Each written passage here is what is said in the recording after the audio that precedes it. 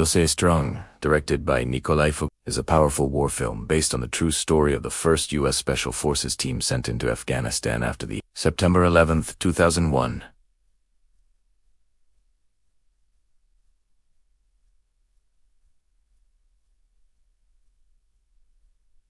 Attacks, known as WWII 595. This team of 12 American soldiers becomes the first group to strike back against the Taliban and Al-Qaeda. Their mission is dangerous, nearly impossible, and unlike anything the modern U.S. military has ever attempted. The film begins with the emotional impact of 9/11s on American families and soldiers. Captain Mitch Nelson, a highly skilled but relatively inexperienced leader, volunteers to go to Afghanistan. Although recently moved to a desk position, he convinces his superiors that he is ready to lead men into battle. His determination comes from a deep sense of duty and anger over the attacks on the United States. Nelson forms a team of 12 elite soldiers, including his trusted right-hand man, Chief Warrant Officer Hal Spencer. The men share a strong brotherhood, one trained for harsh conditions, long missions, and complex combat situations. Their assignment is to enter northern Afghanistan, link up with a local anti-Taliban warlord,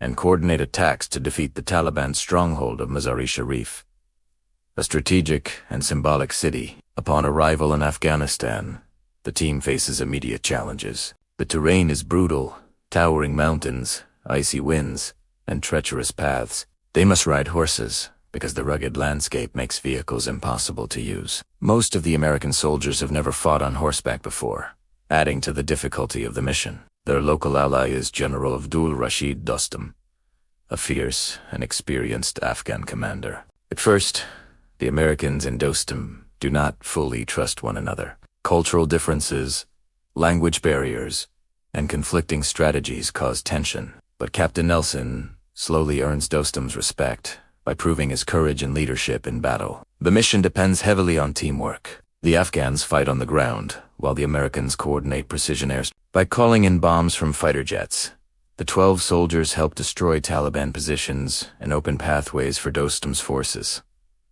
The Americans, riding on horseback, charge into battle alongside Afghan warriors, a striking and dangerous mix of old-world combat and modern technology. As the mission continues, Captain Nelson learns valuable lessons from Dostum about resilience, sacrifice, and the emotional scars of war. Dostum reveals that the Taliban murdered his family and destroyed his village, fueling his own desire for victory. Despite being heavily outnumbered, the combined American-Afghan forces push forward. After weeks of fighting, they approach their critical objective, the city of Mazar. The final battles are violent and chaotic, with bullets, explosions, and overwhelming resistance from the Taliban. Through relentless determination and incredible teamwork, WWII 595 succeeds in helping Dostum reclaim Mazar-e-Sharif. Their victory marks one of the earliest major successes in the war in Afghanistan and demonstrates the power of courage, adaptability, and trust between allies who begin as strangers. The film ends by showing the real soldiers from WWII 595 and honoring their bravery, although the mission was classified for many years. WWII Strong brings their incredible story to light, showing how 12 men on horseback helped change the course of modern warfare. The Hurt Locker, directed by Catherine Bigelow, is an intense psychological war film that focuses on the dangerous work of American soldiers serving as explosive ordnance disposal technicians during the Iraq War. Instead of showing large-scale battles, the movie explores the tension, fear, and addiction to adrenaline experienced by soldiers who disable deadly bombs on the battlefield. The story follows Staff Sergeant William James, a highly skilled but unpredictable bomb disposal expert. When he joins Bravo Company, he replaces their previous team leader, who was killed by an explosion. From the moment he arrives, James's new teammates Sergeant J.T. Sanborn and Specialist Owen Elder-Julies. He is different. Unlike most soldiers who avoid danger, he runs toward it, taking risks that scare even the most experienced men. Their mission is simple but terrifying. Find bombs hidden in cars, trash piles, or buried in the streets. Then disarm them before they kill innocent civilians and soldiers. Each mission is filled with suspense, because any step could trigger an explosion.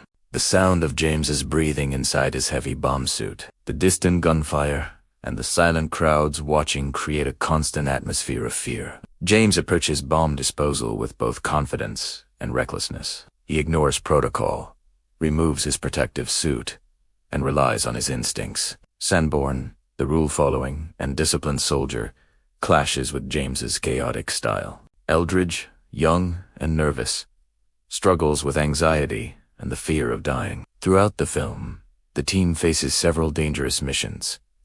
1.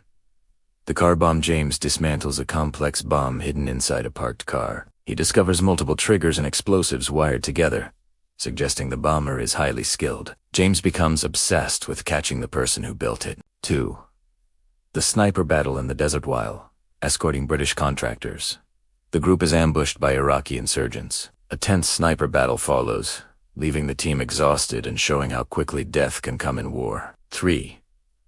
The suicide bomber. James tries to save a civilian forced to wear an explosive vest. Despite his efforts, the bomb detonates, leaving James emotionally shaken. These moments reveal that James, though brave, is also deeply scarred. He's addicted to the thrill of defusing bombs. On addiction that becomes clear as the film progresses. Outside the battlefield, he feels lost, confused, and ordinary. War gives him purpose, direction, and adrenaline that civilian life cannot match. When the team discovers a warehouse filled with explosives, James attempts to hunt down the bomb maker, dragging his teammates into a reckless nighttime mission. This nearly gets them all killed and damages trust within the group. The psychological weight of war becomes more evident as Eldridge suffers a breakdown and is eventually injured during a chaotic attack. Sanborn, tired of risking his life, admits he wants to start a family and leave the military. In the film's emotional climax,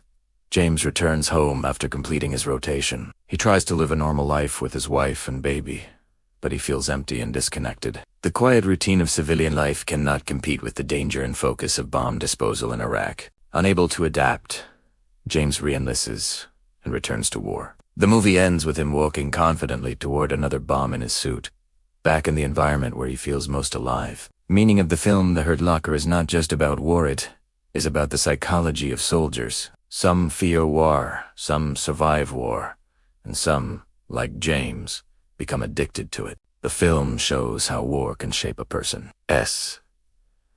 identity and how difficult it can be to return to normal life after experiencing constant danger. Fury, directed by WWII, is a gritty and intense war film set during the final months of World War II in April 1945.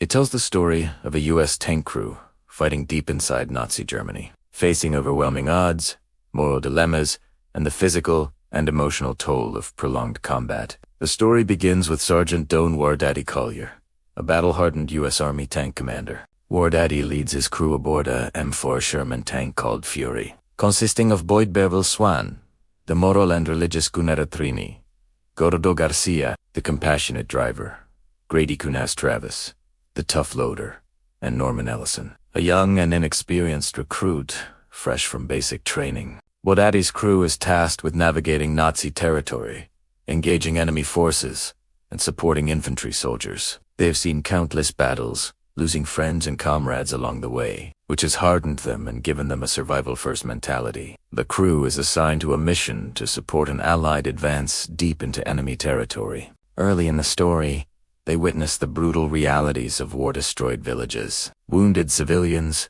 and massacred soldiers. The trauma of combat is shown in vivid detail, emphasizing the psychological scars that soldiers carry. Norman, the inexperienced recruit, struggles to adapt. He is terrified, unsure of his place in the crew, and morally conflicted about killing. War Daddy, while harsh and demanding, guides him through the realities of warfare, balancing strict discipline with care for his crew's survival. The Fury crew is ordered to clear a strategic German town. They face snipers, panicked civilians, and enemy tanks. The crew must coordinate every move under constant threat, demonstrating teamwork, courage, and quick decisions. One of the film's most intense sequences occurs when the crew faces a German Tiger tank, a heavily armored and deadly machine. Outgunned and outmatched, War Daddy's crew uses strategy, terrain, and teamwork to destroy the enemy tank. This battle showcases bravery, ingenuity, and the extreme danger of armored combat. Throughout the mission, Norman witnesses war crimes committed by both sides. The crew debates the morality of their actions while trying to survive. WWII teaches them that in war, survival often requires tough choices, but maintaining humanity is crucial. After several battles, the Fury crew is tasked with holding a strategically important crossroads against a large German force. Outnumbered and outgunned, the tank crew decides to make a last stand to protect a group of civilians and infantry soldiers. The Sherman tank fights against multiple German vehicles, including Panzer tanks. Crew members suffer severe injuries or die in combat, including Biebel, who sacrifices himself to save others. WWII and Norman fight to keep the tank operational despite being wounded. The battle is chaotic, brutal, and relentless. The crew's courage and camaraderie are tested to the extreme. Norman, who started the mission inexperienced and terrified, matures into a capable and brave soldier through this ordeal. At the end of the battle, WWII succumbs to his injuries after ensuring Norman survives. The war continues, but Norman carries the lessons of courage, leadership, and sacrifice. He now understands the heavy price of war, the bonds formed between soldiers, and the moral complexities of combat. Fury is not just a story about tanks and battles, it is a story about brotherhood and loyalty under extreme conditions. The psychological and emotional toll of war, moral dilemmas faced by soldiers in courage, sacrifice, and survival in the face of overwhelming odds. The film portrays the harsh realities of World War II and honors the sacrifices of ordinary soldiers who fought extraordinary battles. Band of Brothers, produced by Steven Spielberg and Tom Hanks, is a 10-part miniseries based on the book by historian Stephen E. Ambrose. It tells the extraordinary true story of Easy Company, part of the 506th Parachute Infantry Regiment, 101st Airborne Division, during World War II. The series follows the soldiers from training through D-Day, the Battle of the Bulge, and the capture of Hitler's Eagle's Nest. Training in brotherhood, the story begins at Camp Georgia, where raw recruits undergo grueling physical and mental training under the harsh leadership of Captain Herbert Sobel. Sobel's strict regimen pushes the men to their limites: forced marches, obstacle courses, and constant inspections. The soldiers struggle with fear, fatigue, and discipline, but these challenges forge a bond between them. Key members of Easy Company include RichardWinters.com, intelligent and courageous officer Lewis Nixon, Winters' close friend and confidant Carwood Lipton, morale booster and natural leader Donald Malarkey, Joe Toy, George Lou, and others, each with unique personalities and skills. Through shared hardship, the men develop a sense of brotherhood that becomes essential in the coming battles. D-Day. Normandy invasion on June 6, 1944. Easy Company parachutes into Normandy. Many soldiers are scattered far from their designated drop zones due to poor visibility and heavy anti-aircraft fire. The chaos of battle is vividly portrayed. Men are killed almost immediately. Paratroopers blend in rivers or forests, and the soldiers must navigate enemy territory while trying to regroup. Under the leadership of Winters, the company reorganizes and attacks key German positions, including Brecourt Manor, a crucial artillery battery threatening Allied forces landing on Utah Beach. Winters' tactical genius allows a small number of men to neutralize the battery, saving countless lives. This mission earns Winters recognition for bravery and leadership, fighting across Europe. After Normandy, Easy Company continues to fight through France and into the Netherlands. During Operation Market Garden, the battles are intense and brutal. Soldiers face ambushes, heavy fire, and difficult terrain. The company suffers casualties, and soldiers struggle with fear, exhaustion, and loss. Relationships and leadership are tested as the men adapt to the horrors of combat. The miniseries portrays not only action but also the human side of war letters home. Friendships, humor, and moments of vulnerability. Battle of the Bulge during the harsh winter of 1944-45. Easy Company is deployed to Bastogne, Belgium, to hold a strategic town during the Battle of the Bulge. Encircled by German forces, low on supplies, and facing freezing temperatures, the soldiers endure incredible hardships. Despite these conditions, they maintain morale and discipline, relying on leadership and camaraderie to survive. This part of the series emphasizes endurance, sacrifice, and the mental strength required to survive one of the deadliest battles of the war. Liberation and the end of war, Easy Company eventually moves into Germany, liberating concentration camps,